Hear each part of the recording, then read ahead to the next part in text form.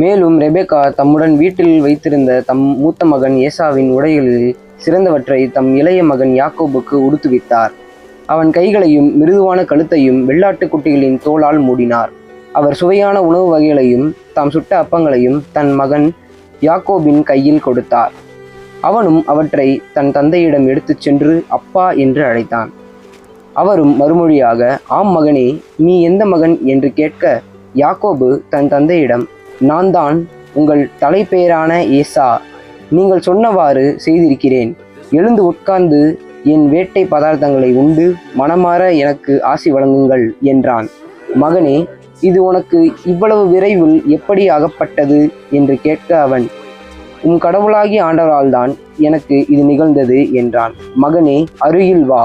நீ உண்மையிலேயே என் மகன் ஏசாதானா என்று நான் உன்னை தடவி பார்த்து தெரிந்து கொள்வேன் என்றார். யாக்கோபு தன் தந்தை அருகில் வந்தான். குரல் யாக்கோபின் குரல், ஆனால் கைகளோ ஏசாவின் கைகள் என்றார். அவன் கைகள் அவன் சகோதரன் ஏசாவின் கையைப் போல் உரோமம் அடர்ந்தவையாய் இருந்ததால் அவனை அடையாளம் கண்டு கொள்ளவில்லை. எனவே அவனுக்கு ஆசி வழங்கினார்.